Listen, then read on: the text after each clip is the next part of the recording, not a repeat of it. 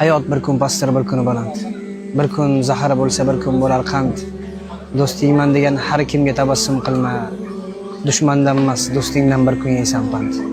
Muhabbatga to'la ayyor bu yuzlar. Seni sindirishga tayyor bu yuzlar. Yutganimda men bilan baxtli-ku ular dema. Seni sindirishga har kun bahona izlar. Bu hayot sinovli hayot. Doim siz xohlagan narsa bo'lmaydi. O'shaning uchun odam men xohlagan narsa bo'ladi doim degan narsaga hech qachon suyanmaslik kerak. Inson xohlagan narsa bo'lmaydi hayotda. Musibatlarga sabr qilish, o'shani to'g'ri tushunish va o'sha muammodan chiqish yo'lini aql bilan, idrok bilan harakat qilish eng to'g'ri yo'l.